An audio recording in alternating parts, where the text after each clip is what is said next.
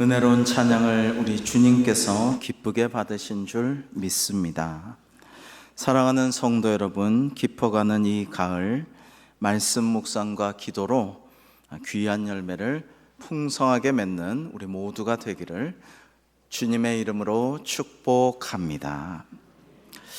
여러분 뉴스 보셨나요? 저는 깜짝 놀랐는데 최근 중국 정부가 지하교회인 시온교회를 섬기시던 조선족 김명일 목사님, 영어명 에스라진 목사님을 비롯해서 30여 명의 지하교회 지도자들을 전격 체포했습니다. 온라인을 통한 불법 정보 유포 혐의가 적용됐다고 합니다. 여러분, 시온교회는 2007년 설립된 미등록 가정교회인데 현재 중국 내 40여 개 도시에서 약 5천 명이 온라인 접속해서 주일 예배를 참석하고 있었습니다. 그런데 얼마 전에 중국 정부가 이 온라인으로 예배하고 설교하고 전도하고 이것도 금지를 시켰기 때문에 이게 갑자기 불법이 되어버린 것이죠. 그렇게 해서 탄압을 하고 있습니다. 로이터 통신은 지난 40년간 기독교 인사를 대상으로 한 최대 규모의 체포라고 보도하였습니다. 여러분, 중국에 공식 교회가 있습니다. 삼자교회라고 합니다. 그런데 이 삼자교회는 말하자면 중국 공산당의 허가를 받고 그 뜻에 거슬리지 않는 어용교회인 것입니다. 중국은 천주교 역시 그와 비슷한 방식으로 중국 천주교 애국회라고 해서 운영을 하고 있습니다. 공식적인 기독교인이 등록된 국영교회 등록 기독교인이 중국에 지금 4,400만 명이 됩니다. 그런데 제가 예상할 때는 아마도 훨씬 더 많은 그보다 몇 배의 지하교회 교인들이 가정에서 또는 이곳저곳에서 함께 예배를 드리고 있을 것입니다. 아마 1억 5천은 넘으리라 그렇게 추산을 하고 있습니다. 여러분, 중국 정부 당국은 이제 공식 허가받은 교회 외에서 가정이나 숨어서 예배하는 것을 심지어 이제 온라인으로 하는 것조차도 막아버렸다라는 것입니다. 여러분, 그러나 이것은 분명히 우리가 볼 때에 중국 공산당 시진핑 독재 정권이 가장 위협이 되는 게 교회이기 때문에 마치 일제시대 때 천황제에 가장 반대하고 가장 뛰어난 애국 집단이 교회라고 생각하고 끝까지 핍박했듯이 이 중국 공산당의 가장 위해가 되는 것이 교회라고 생각하고 교회를 핍박하는 것이 맞습니다. 제가 23년 전에 중국 선교 여행을 갔었습니다. 그런데 그때도 그 중국에서 선교하고 계시는 목사님이 정말 무섭다고 하더라고요. 중국 경찰이죠. 중국 공안에 눈을 피해서 도망 다니고 있었고, 감동적이고 놀랍게도 정말 어린 아들, 초등학교 저학년생인 어린 아들과 함께 다니고 있었습니다. 그래서 저희들 숙소에 와가지고 새벽마다 같이 예배하고 기도 제목 나누고 조식 드시고 그렇게 가곤 하셨는데요. 정말 그 아이에게 참 대단하다라는 느낌과 함께 대화하면서 감동을 많이 받았던, 그 아이가 참 거룩하게 보였던 그런 기억이 지금도 납니다. 여러분, 계속해서 중국 공산당, 북한 공산당들은 자기들의 일당 독재를 위해서 혹은 개인의 3대 독재 이런 것들을 위해서 교회를 대적으로 보고 핍박하지만, 그러나 이것은 영원하지는 못할 것입니다. 여러분, 왜냐하면은 놀랍게도 북한은 너무 닫혀 있어서 지금 자세한 실상을 알기가 참으로 어렵지만은 중국 같은 경우에 놀랍게도 코로나의 진원지였잖아요. 코로나가 진원이 되었고, 그 다음에 중국 정부는 북한과 마찬가지로 정말 다른 세계에서는 있을 수 없는 방식으로 통제를 하지 않았습니까? 그런데도 이 코로나 기간에 중국 교회가 성장했다라는 거예요. 박해를 하면 할수록, 피를 흘리면 흘릴수록 계속해서 성장하게 되는 것이 교회라는 것입니다. 제가 오늘 너무 이야기가 많아질 것 같아서 중국에 대해서 다음에 소개할까 하는데, 여러분, 하늘에 속한 사람이라는 책이 있습니다. 중국 지하교회 교인들의 눈물겨운 그런 감동의 이야기인데요. 그 실화 책을 한번 보시면 굉장히 중국 지하교회 교인들에 대해서 큰 감동을 받으실 수 있을 거예요. 하늘에 속한 사람이란 책인데, 여러분, 주중에 이 뉴스를 접하고 결실의 계절 가을이 깊어가는데 올해 우리 교회는 선교적 사명을 얼마나 감당했는가를 다시 한번 돌아봅니다. 물론 올해 우리가 열심히 기도하고 국내외 선교를 열심히 수행하였습니다. 세대 통합 선교 수련회도 최근에 은혜롭게 마쳤는데 이건 역시 선교적인 활동이고요. 또 절제와 나눔의 식탁 헌금, 그 나눔 역시 일종의 선교 사역입니다. 또 올해 우리 교회 몇몇 청년들이 해외 단기 선교를 떠났고 지금도 하고 있고, 또 어떤 청년은 얼마 전에 저에게 선교 일을 하면서 좀 어떻게 하나님의 일을 할까 하여서 같이 준비를 해왔어요. 그런데 선교사님도 댁에서 재워주고 여러 가지 다른 선교사님과 교회와 또 구제단체를 소개하고 준비를 다 끝냈는데, 안타깝게도 여러분, 그곳이 어디냐면 캄보디아예요.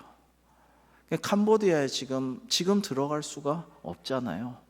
그래서 아쉽지만은 그것을 접게 되었는데, 우리 선교사님들도 아쉬워하고 하지만은 여러분, 이것이 다 하나님의 뜻인 걸로 생각을 합니다. 주님께서 막으신 것이겠죠. 여러분, 선교는 주님의 지상 명령입니다. 우리가 이 사명을 생각하면서 세계에서 제일 인구가 많고 선교 역사상, 교회 역사상 가장 많은 인원과 물자와 기도가 갔던 곳이 중국인데, 아직도 공산 독재에 시달리고 있지 않습니까? 박해를 받고 있는데, 그곳에 수많은 지하교회 성도들을 위해서 계속해서 기도해야겠습니다. 또 우리 동포인 북녘의 성도들, 예전에는 동방의 예루살렘이라고 했던 평양을 비롯해서 우리 수많은 북녘 동포들과 지하 교인들을 위해서 기도해야겠고요. 여러분, 우리가 태국 선교 얼마 전에 다녀오고 이런 것들을 보면요, 아직도 우리가 생각지 못한 미전도 종족이 아직도 이 세상에는, 이 지구에는 많이 있습니다. 그들을 또한 선교해야겠죠. 오늘 말씀은 유대인이지만 유대인이 아닌 이방인에게 복음 전하는 일에 평생을 바쳤던 사도 바울이 선교의 방향을 어떻게 정하게 되었는가를 보여주시는 말씀입니다. 바울 일행은 루스드라에서 디모데를 만나 그를 데리고 소아시아로 복음을 전하려 했죠. 하지만 성령님께서 허락하지 아니하셔서 이번엔 비두니아로 가려 했지만 역시 성령님께서 허락하지를 않으셨습니다. 그래서 오늘 말씀에서 첫 번째로 오늘 두 가지만 나누고자 합니다. 첫 번째는 선교와 전도는 성령님의 허락하심과 인도하심에 순종하는 것입니다 라는 말씀을 우리가 오늘 나누고자 합니다. 여러분, 오늘 본문 6절과 7절을 같이 한번 읽어 보실까요? 시작. 성령이 아시아에서 말씀을 전하지 못하게 하신 것을 그들이 부르기아와 갈라디아 땅으로 다녀가 무시아 앞에 이르러 비두니아로 가고자 애쓰되 예수의 영이 허락하지 아니하시는지라. 아멘.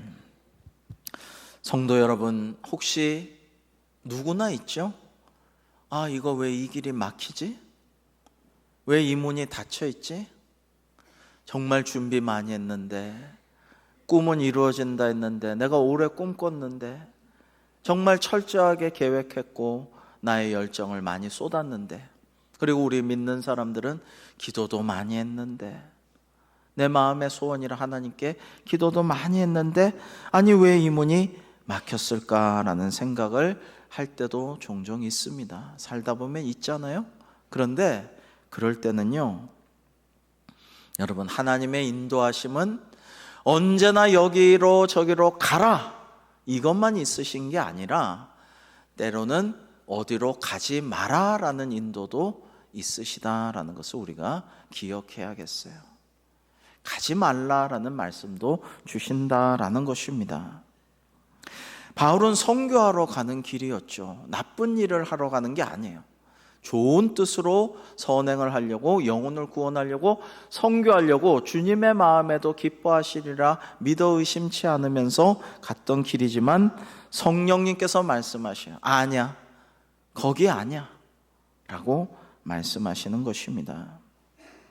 그러므로 사랑하는 성도 여러분, 혹시 지금 내가 간절히 원하지만, 간절히 기도하고 있지만, 오랫동안 꿈꿔왔지만 이제 그 길을 타고자 하지만은 그 길이 막혀 있다면, 그 문이 닫혀 있다면 여러분, 우리가 어떻게 해야 합니까? 잠시 멈춰서 대기하고 주님의 음성을 기다려야 되는 것입니다. 여러분, 오늘 말씀은 좀 성경의 드문 구절인데요, 예수의 영이라는 표현이 나옵니다. 헬라어 원어로 푸뉴마 이예수. 푸뉴마 이예수는 예수의 영이라는 말 그대로인데요, 이 성령님이죠. 아버지의 영인 동시에 아들의 영, 성령님이 이 부활하신 예수님의 영이 인도하시기를 이제 그쪽으로 가는 길들은 막으시고 멈추게 하셨다라는 거예요. 그리하여 그들은 서쪽 끝 드로아라는 곳에 이릅니다. 지금의 터키, 튀르키에 서해안 고대 트로이 전쟁이 일어났던 그 근처입니다. 이제는 그 아시아 땅에서, 중동 쪽에서 더 이상 갈 곳이 없어요. 길이 끝났습니다. 이때 바울은 그 자리에 멈췄습니다. 그리고 기다렸습니다. 사랑하는 성도 여러분, 멈춤은 낭비가 아닙니다. 멈춤은 때로는 우리에게 반드시 필요한 시간이고요, 하나님께 귀를 기울일 수 있는 시간입니다.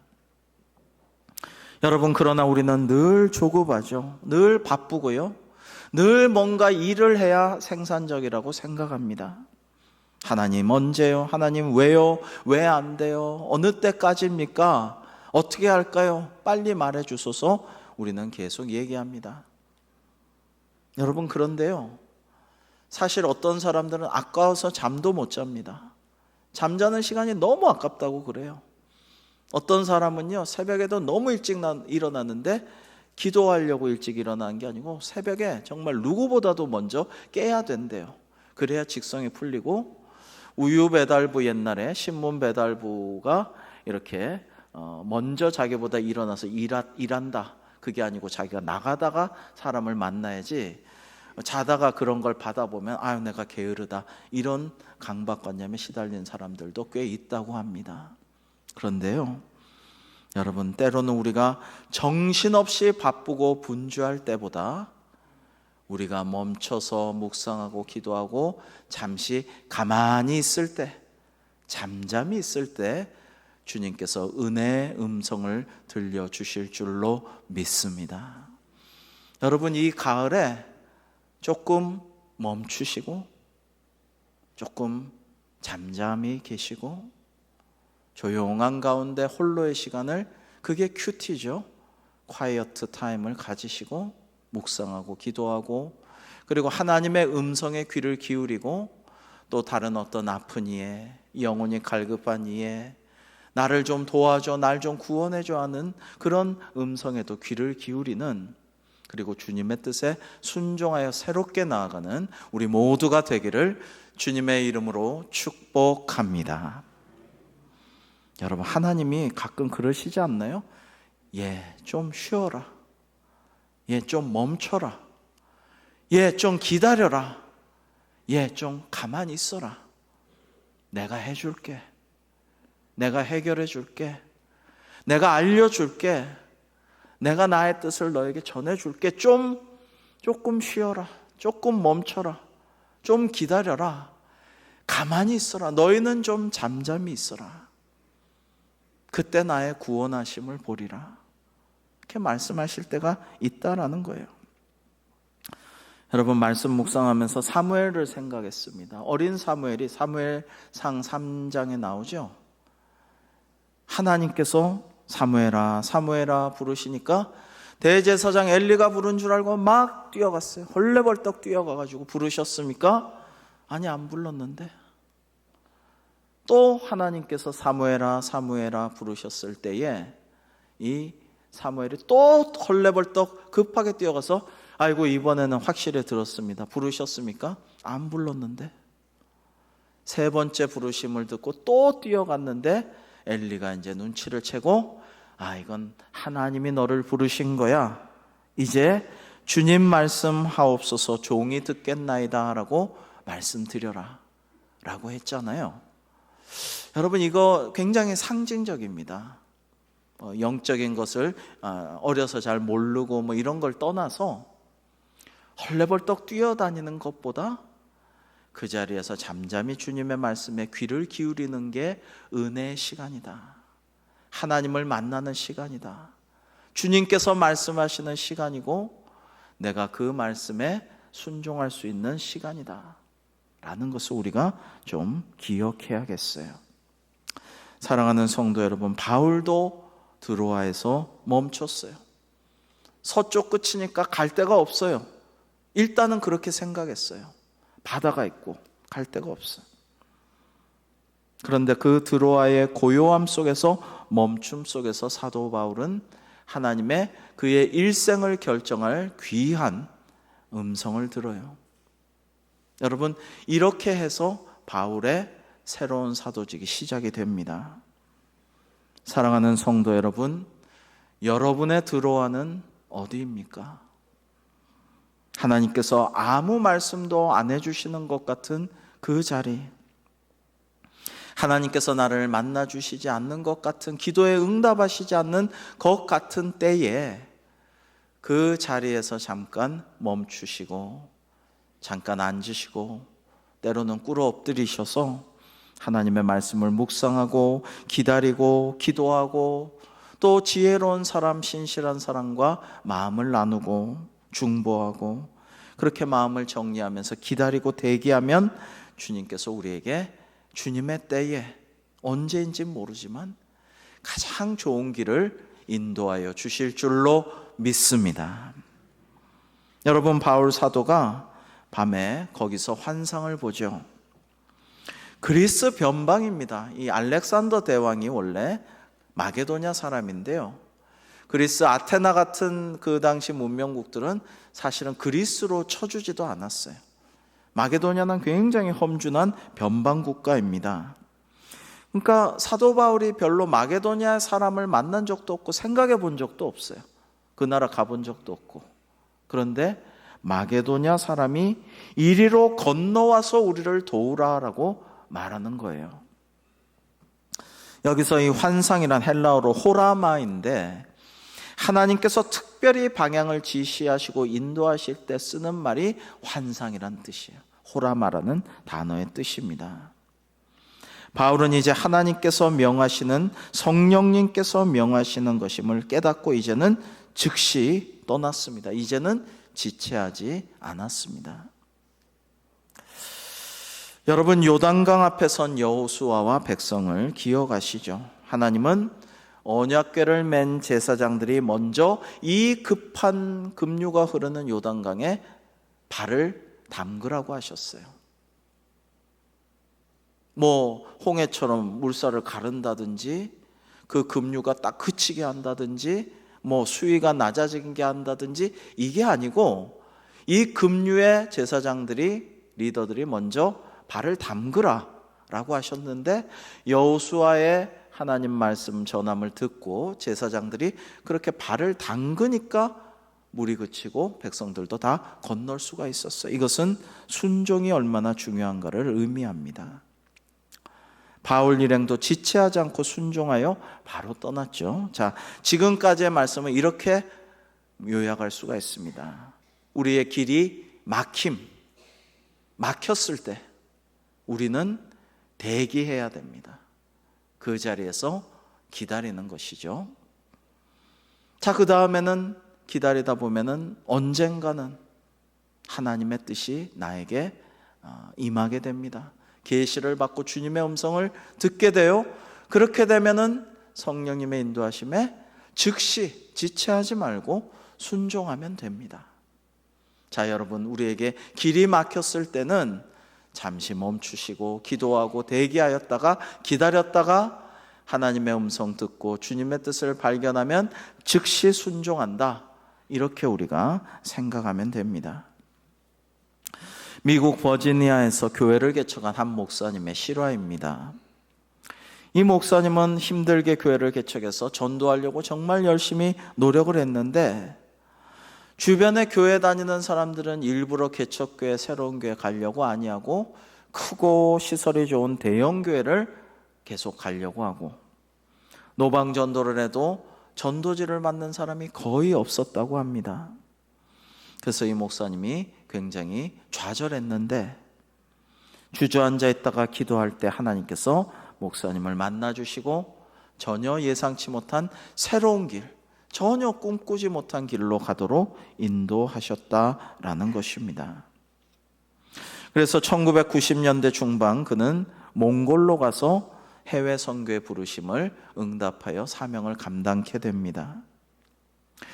너무너무 먼지를 많이 뒤집어 쓰면서 긴 길을 달려서 몽골 초원을 돌파해서 오지에 있는 한 마을에 도착했을 때 이 몽골 사람들이 너무나도 반갑게 목사님을 환영하고 즉시 복음을 전하자 그 말씀을 스펀지처럼 흡수하고 사람들이 결신하게 되는 거예요. 단 며칠 만에 평생 전도했던 것보다 더 많은 사람을 전도한 목사님은 깨달았다고 합니다. 하나님께서 나를 복음을 전하지 못하게, 선교를 못하게 막으신 게 아니라 미국이라는 익숙한 아시아의 길을 막으시고 복음의 굶주린 몽골이라는 마게도냐로 보내신 거구나라는 것을 깨달으셨다고 합니다. 사랑하는 성도 여러분, 오늘 하나님께서 여러분의 들어와에서 말씀하십니다. 건너와서 도우라라고 말입니다. 거기에 순종해서 이제는 건너서 이제는 아시아 중동 지방에서 유럽으로 가는 거예요. 생각지 못한 아시아로 선교할 때는 막으시고 유럽 선교가 그때는 하나님의 인도하심이었던 거죠. 그래서 유럽 선교가 이제 시작이 되게 되는 것입니다. 우리가 부르심에 지체 없이 순종하고 하나님의 뜻을 받들 때 하나님께서 우리를 내가 비록 계획하고 생각한 것은 아니나 더 좋은 길, 더 위대한 길, 하나님이 더 기뻐하시는 길로 약속의 땅으로 새로운 곳으로 우리를 인도하여 주실 줄로 믿습니다. 두 번째로 우리를 부르시는 음성에 응답하여 선교하고 전도합시다라는 말씀입니다. 저는 오늘 제목처럼 건너와서 우리를 도와달라라는 이 말씀에 많은 묵상을 하였습니다. 여러분, 우리가 그 목소리, 그 소리, 그 영혼의 소리에 듣고 응답하는 것이 바로 선교이고 전도일 것입니다. 바울의 환상 중에 마게도냐 사람이 건너와서 도와달라는 것은 그들의 영혼이 부르는 간곡한 호소였고 성령님께서 전달하신 음성이었으며, 그래서 바울 일행은 모든 것을 멈추고 마게도냐로 가서 복음을 전했던 것이죠. 여러분, 위대한 하나님의 사람들은 다 이러한 주님의 음성을 듣고 또 목마른 그 영혼들의 부르짖는 소리에 귀를 기울였던 사람들입니다. 이사야 선지자는 하나님의 천상회의에서 누가 우리를 위해 갈꼬라고 주님 말씀하실 때 제가 여기 있나이다, 저를 보내소서라고 하고 사명을 감당했죠. 링컨은요, 뉴올리안즈 시장에서, 여러분 우리 관양시장 같은 시장인데 물건과 음식 이런 것만 팔아야 되는데 사람을 팔고 있는 거예요. 흑인 노예들을 팔고 있는데 흑인 엄마와 흑인 어린 딸이 울부짖으며 각기 다른 사람이 사가가지고 그 찢어지는 아픔으로 피눈물을 흘리면서 헤어질 때에 그들의 울부짖는 외침, 그 소리에서 주님의 음성을 들었어요. 아, 나는 이제 이 사람들을 해방하기 위해서 살아야겠구나. 그래서 평생을 노예 해방을 위해 바쳤습니다. 여러분, 언더우드 선교사님, 우리 장로교회 언더우드 선교사님은 원래 중국 선교를 꿈꾸었습니다. 그런데 조선의 소식을 듣고 그전엔 전혀 알지를 못했어요. 감동을 받아서 하나님의 뜻이구나라는 것을 깨달은 다음에는 지체 없이 조선 선교의 모든 것을 매진했습니다. 여러분, 언더우드 선교사님 얼굴 보면 정말 잘생기셨어요. 집안도 좋습니다. 유명한 언더우드 타작이라는 세계적인 그런 기업의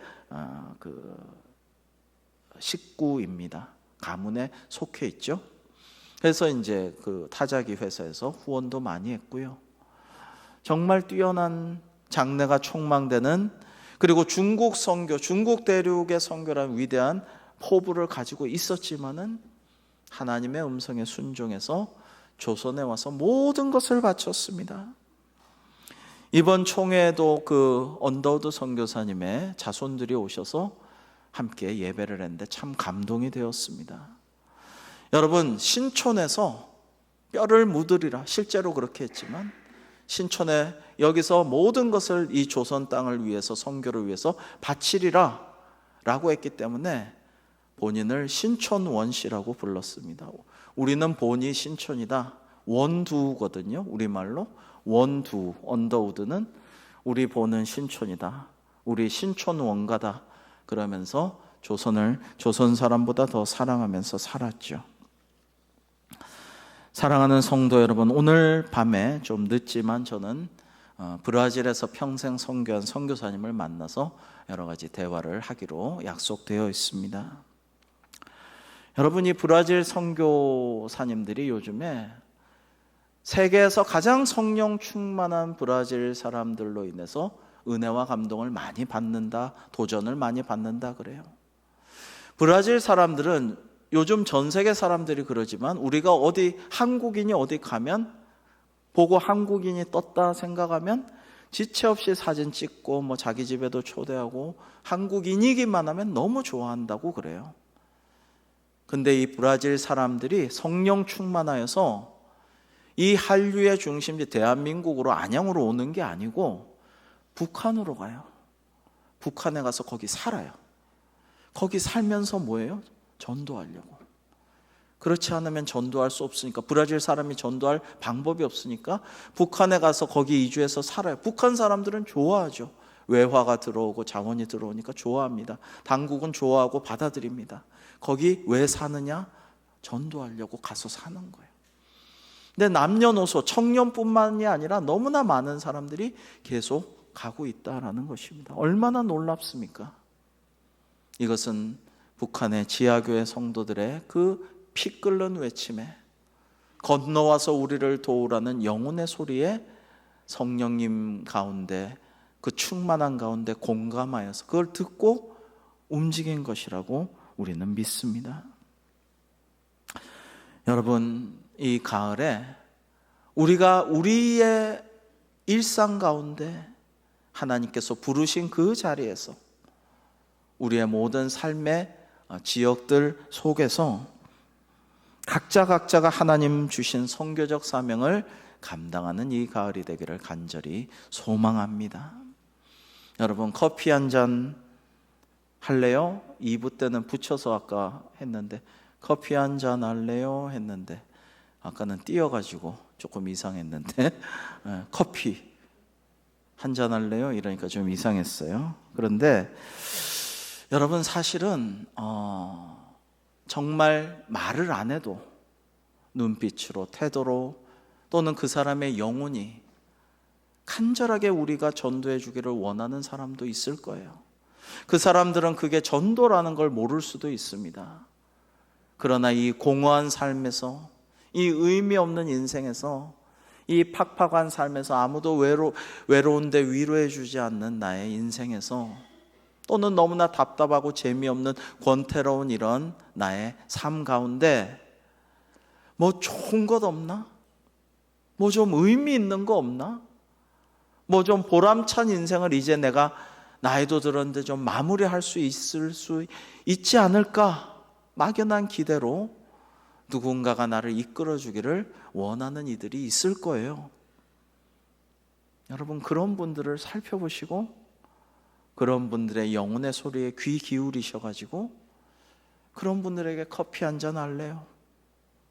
때로는 내가 잘 모르는 사람, 친하지 않은 사람이라도 좋습니다.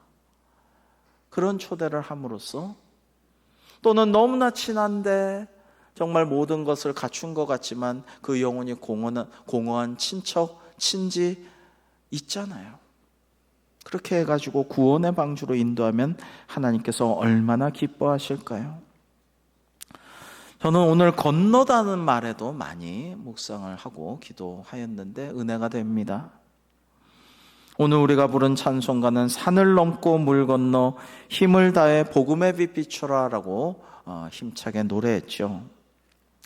건너다라는 말은 우리에게 유월절 패스오버를 떠올리게 됩니다. 그러니까 넘어가는 거예요. 건너가는 거예요. 어떤 한계를 넘어서는 거예요. 뛰어넘는 거예요.